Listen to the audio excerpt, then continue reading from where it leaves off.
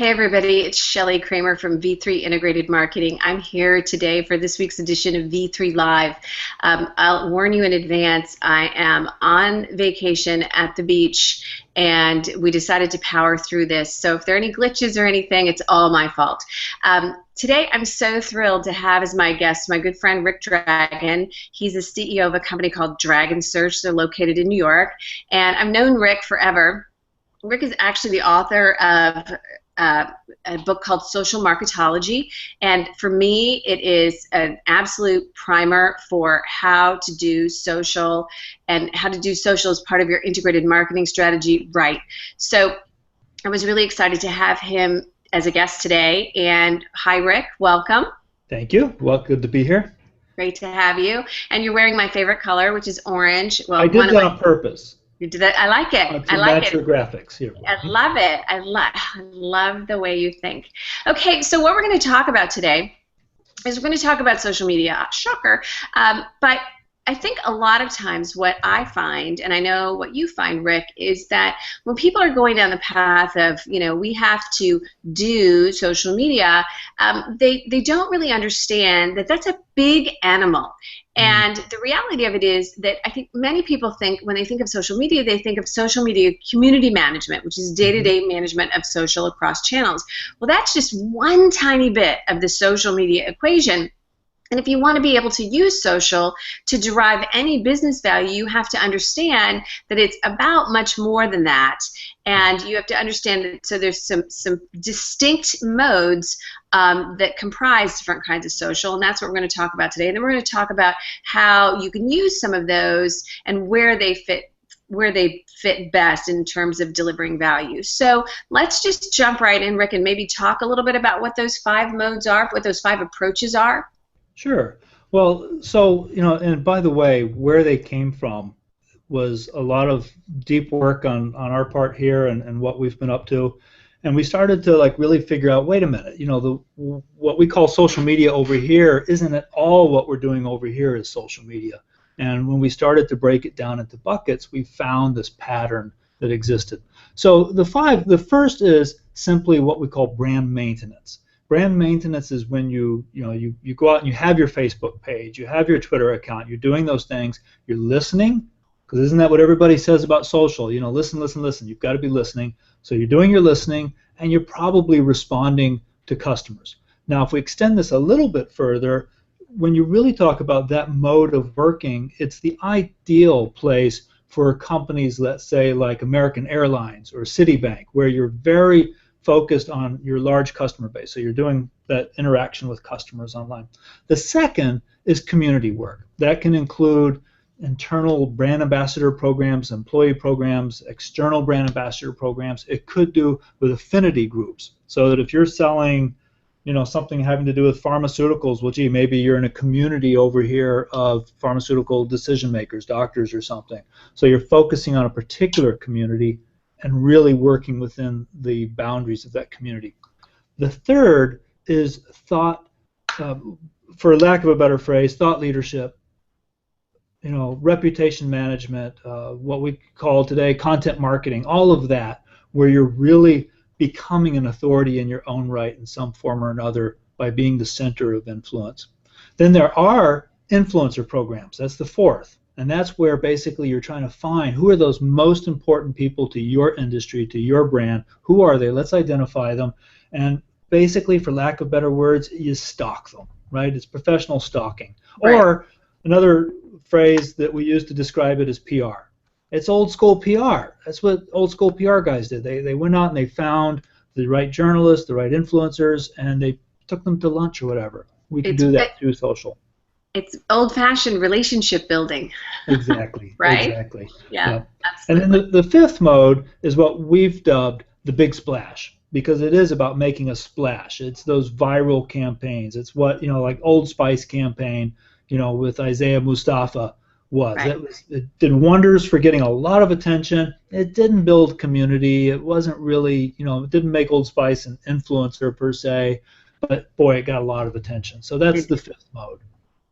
It did get a lot of attention, and I think it may or may not have sold some Old Spice. I don't know that I've ever seen the data on that. I actually did see the data on it, and their brand awareness and brand likability went through the roof, and they actually did persevere and have #1 place for quite a while based on that marketing. That's awesome. And I think the thing that is important, Rick, as you went through those approaches for us, I think the thing that sticks out in my mind that I think is so important is that you can't just do any one of those things and have social covered effectively. No, and they overlap. They definitely overlap. But my broader point is that I think that people a lot of times do one of those things and not the others, and then wonder why their social isn't delivering in terms of ROI. So I think that. Go ahead. One of the things that, much to the consternation of some, that I found, when I wrote my book, at the end of the entire process, I sort of really felt like, gee, I could have gone in and pre-pinned every single statement I made with depending on your industry, depending on your business. And what many of us in the industry are guilty of is getting up and saying, listen, this is an eternal verity. You must do this. You've got to do that. And bullcrap. I have found exceptions to every single you got to do this. You know, there's industries where those guys selling those things into some B2B marketplace have a very particular niche. They really should be doing that. That's what they should be doing, and they're being successful, and they're getting ownership of that space. These guys over here, it's a different game. And so it's a different game for everybody. The wonderful challenge is figuring out what your game should be. Absolutely, absolutely. And I think that what I see on a day-to-day basis, we do a lot in the B2B space, what I see on a day-to-day basis is that many businesses, many marketers think that social is a broadcast channel, so this is what we use for, and maybe we use it a little bit for customer service, but I think the importance of listening and the importance of finding your influencers within your industry, that can't be overstated.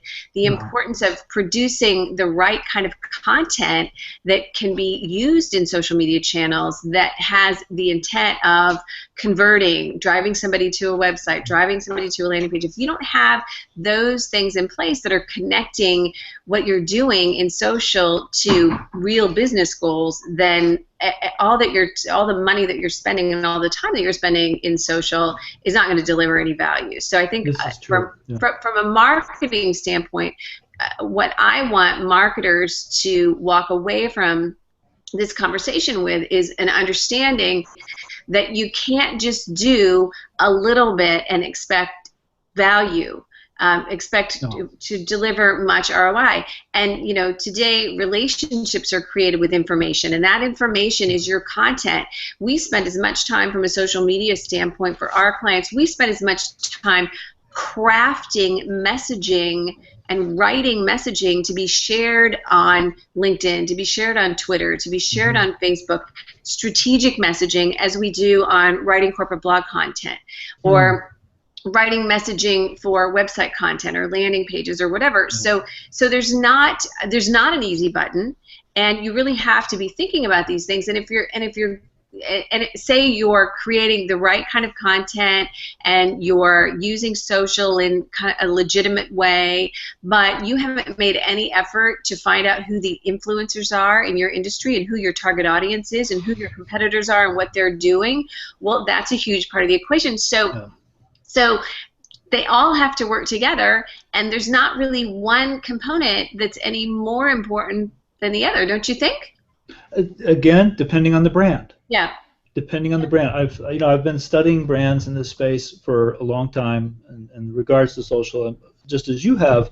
We were talking before the show about the fact that these newest incarnations of our business have certainly been around since before social, and we've got to experience this coming along. I very early on had a personal prejudice, and the notion that brands should speak to passion points in social, that brands shouldn't be using social as a broadcast channel, for instance. Right. And that was a very strong prejudice on my part, and I declared it from every time I stood up on a soapbox. And interestingly enough, I learned that there are some real exceptions. And I was sort of, oh my God, I've got to change the way I'm thinking, because I'm finding examples where certain brands do use it as a broadcast channel and succeed. Where is my thinking at fault? And Right. what I discovered was that brands that are what we call love brands that have really big, huge loyalty, a brand, let's say like Harley Davidson, right? Right. Harley Davidson can use social media as a broadcast channel all day long, and they will still be successful at social. So Right. there are exceptions. Totally makes sense. Totally makes sense. But I think that you have to earn that too. Yes. You know what I'm saying? I mean, Harley Davidson built a community in the social media space. That didn't just happen by accident, you know. So I do think that that it's an exception in some way, but they had to build the channels first. They had to build the audience first, and that takes some work as well.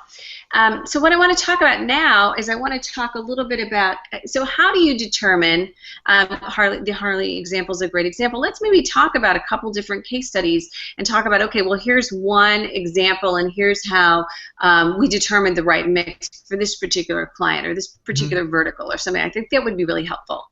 Sure. Well, of course, every single program is we get back to what are the desired outcomes? What do you want to happen? Do you need transactions? Do you need brand awareness? Do you need brand loyalty? Do you need total lifetime value to increase? What is it that you need to happen? I frequently like to pose it as a question. Your boss or the CEO of the company goes down to the liquor store and buys a $1,000 bottle of champagne, brings it back and pops it open and shares it with you. What did you have to make happen in order for him to do that or her to do that? What does success look like? And in my experience, it's so different with every brand. Yeah, sure, mostly, 30% of brands, it's making the cash register ring. But for many others, it's a lot of other things. So, of course, we have to figure that out and really understand it in a deep way. How are we going to define success?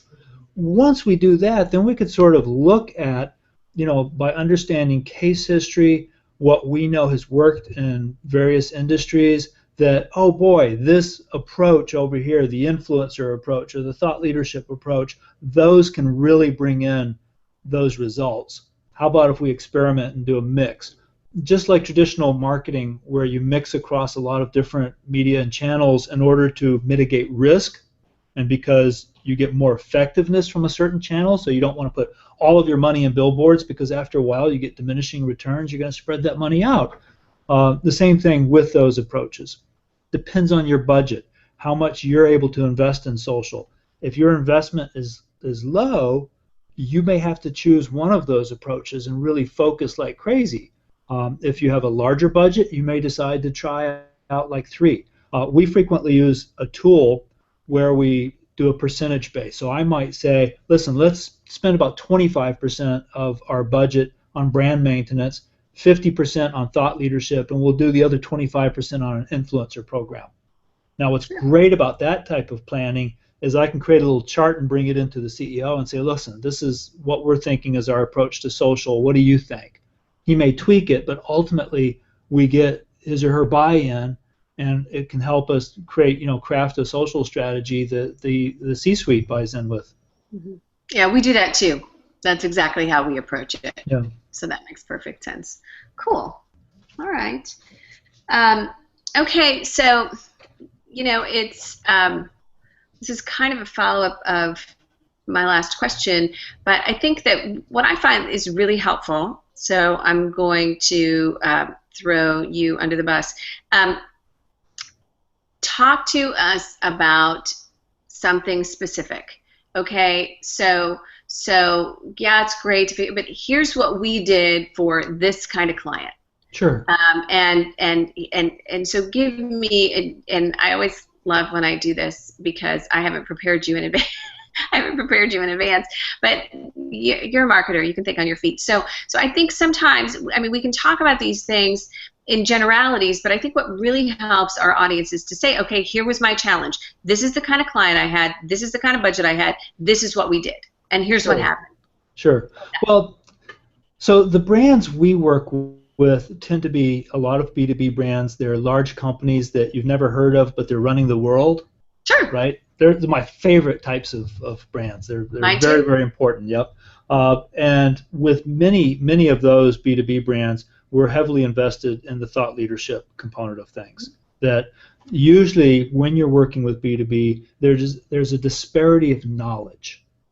So it's a perfect opportunity for the brand itself to posit itself as a thought leader and to gain trust that way. With others, for instance, we had a client who sold the little tiny widgets, the electronic widgets that help sound systems work better. So, you know, when you go in the hospital, you're walking down the corridor and they go, Dr. Smith to ER, right? Well, a lot of hospitals, frankly, you don't know what the heck they said, right? And so some poor bloke is bleeding on the gurney and there's just no chance anybody understood what somebody's saying. Same thing with subways. Well, this company makes the equipment that helps that, solves that problem. And we went through the various phases of research that we do for clients, and we did community research, online ethnography, and we discovered that, in fact, there was a small group of healthcare environmental designers that had a community on LinkedIn. Isn't that cool? Who would have ever thought? The people at the company didn't know that this existed. Mm-hmm. So we were able to do that community work, really focus in on that community, and start listening to what they were talking about. In fact, discovered that they were looking for equipment that was responsive to the environment. So let's say if you had more noise, it would become louder, or less noise, it would become softer, these types of things. So the brand was able to actually engineer based on the discoveries in that community. Part two of that is we were able to discover the influencers of that community, follow them to other communities in which they participated, and in fact, you know, using the thought or the influencer type approach, we were able to spend more effort there. So the overall program for this client was very robust around communities and influencers, and that is where we put our energy for those guys. Makes perfect sense. You know, the other thing that I think that the listening and the thought leadership, especially in the B2B space, is particularly helpful to a brand. And this is something that, in my experience, a lot of clients that come to us don't yet get and aren't yet doing, is that, to me, I believe that the opportunity for a huge competitive advantage for you as a brand in the B2B space to develop a huge competitive advantage as a result of what you're doing with the thought leadership part of it, as a result of the influencer relationship building, because by and large your competitors aren't there yet. And so that's what's exciting to me. You know, the barrier to entry is only going to get more and more difficult for those competitors to join that space. Yeah. Absolutely, but that's how huge companies have been able to be tremendously successful, because they understood that relationships are created with information, and there is a, you know, and when you're in the B2B space and you're looking for solutions to problems, you're looking for information to help you down that path. So to me, as a brand strategist, that's what gets me really excited, whether it's a tiny little widget or something. Again, the brands that make things that you've never heard of but that make the world work. You know, I think that's really what's exciting to me. So and what I'm also excited about most recently, and that we've been working a lot with, was, you know, so that brings us into the realm of content marketing. And of course, content marketing is such a glorious buzzword these days. But there is thinking behind what content marketing is. It's kind of interesting. One of the things that I'm very intrigued by is the notion of deep content versus shallow content. And I encounter a lot of brands that, hey, we've had this blog up for 3 years, we post every week, not a lot is happening. And you're like, well, sure, you look at the blog posts, and they're just, they're fine blog posts, but they're nothing to write home about. Right. And then you see a brand that really invests deeply into a piece of content. You know, it could be, you might be talking about hundreds of hours going into it. Various experts within the company contributing to it, using an editor, using a videographer, you know, using an illustrator, really developing a piece of content, investing in it, and watching that investment just kick back returns like crazy. And that approach to content marketing is very exciting to me. It's very exciting to me too. One of the stats that I use when I'm speaking is that I think that, and I'll pull these numbers out of my head because I don't remember exactly what they are, but in 2006 there were 36 million blogs, and in 2010 there were 113 million blogs, and today they're, at last count, I think I came up with about 237 million blogs, because everybody has started to understand the importance of content marketing. But what happens is there's a lot of crap out there. Oh, it's horrible. So brands are, so it's like, let's get on the content. And so they're producing crap for their blogs, and nobody's reading it. And then they're thinking, wow, this is, somebody sold us up the river because this content marketing doesn't work, and where is it delivering value? And you're producing crap content. You haven't built any kind of networks that will allow you to distribute the content so that you can get it read, and you're competing against so many other people, some of whom are also producing crap content.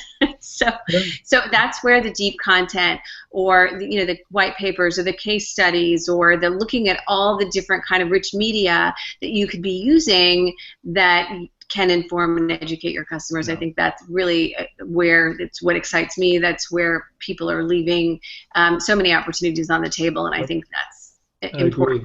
I agree. All right, so I really, talk a little bit. We're kind of running into the last part of the show. What I'd love to do is, I talk. You sent me your book when it first came out. I love it. I would be waving it around right now, except I didn't pack it with me. And for anybody listening, you guys know I don't blow smoke, and I don't say nice things about people unless I really mean them. And I truly love Ric's book.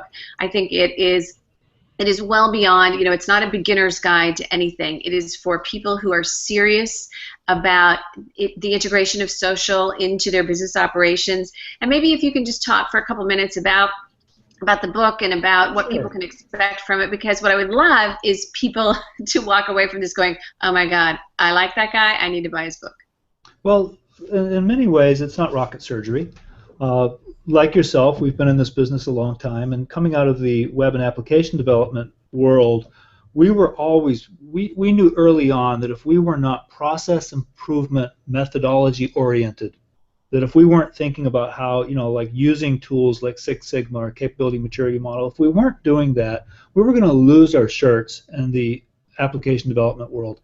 So we adopted that early on. We're total process improvement heads. And then we're in the marketing industry, and social media comes along. And everybody's throwing pasta on the wall and seeing what sticks. And to a great degree, they're still doing that today. Right. So our first response was, well, geez, how do we apply process to this? And social marketology is simply that. It's a framework. It's not a specific. I'm not saying, listen, you got to use Tumblr on Tuesdays and Twitter on Fridays, or anything even approaching the specificity of certain platforms.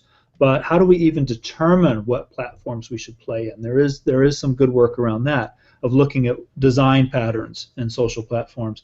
But it's an ecosystem. It's a whole system approach to social. So we start with, again, that desired outcomes. Everything from the purpose of a brand, goals, objectives, down to the specific metrics that will be meaningful. After you've really identified that and done that piece of work with your brand, then we talk about brand voice and brand personality, something that's always been important to brands, but even 10 times more important in the age of social media. Because if we can really define a coherent brand voice, then many people in the organization can speak from that brand voice, or an agency that you hire, or the person who replaces this person, and can just make social a lot more effective. We then do what we call micro-segmentation.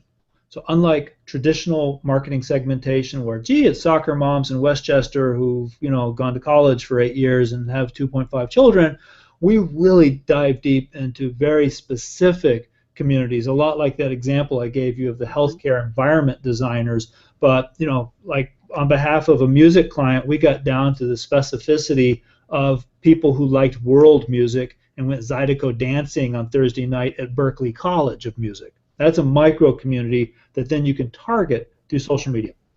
After the micro segmentation, we do community research, we do influencer research, and competitive research. So that's the us and them view of the whole system. After you've looked at the entire system through all of these different lenses, then you can start to put together a coherent social media marketing strategy based on those 5 buckets, those 5 modes of working, and start to map something out in which the metrics coming out of that will actually be meaningful and allow you to adjust and improve. Right. Totally makes sense. That's actually the process that we go through, the research, the listening, the discovery. I mean, there's so much work that's up front. I need to introduce you to my good friend Wendy Scherer. Wendy owns a company called the Social Studies Group, and she's a researcher and a netnographer.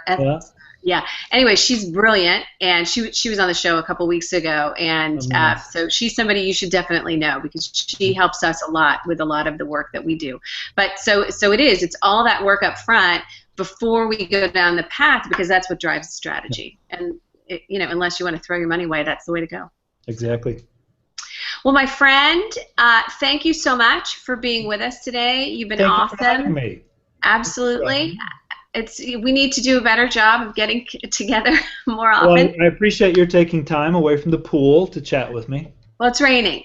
So oh, okay. Well, it's raining. Okay. I would have taken that time even if it wasn't raining. But anyway, you're terrific. Everybody, you can find Ric online you can find him on Twitter at Dragon Search. You can find him. Oh my gosh, tell us where you can find us. Dragon Search. At Ric Dragon, no K, just RIC Dragon. Listen, the easiest thing to do is you type into Google Ric Dragon, and I think I've got the first 10 pages. So find him. And his book is called Social Marketology. Do you have a copy laying around that you can wave around or not? I don't. Here I am trying to. Okay, Social Marketology. Find his book, buy it, read it. It'll make everything you do better. And stalk this guy on the internet because he's smart and he's got it going on and he's awesome. Thank you so much, Ric, Thank you, Shelly. for taking time out to hang out with us today. Have a great rest of the day, and we'll see you guys next week. Bye-bye.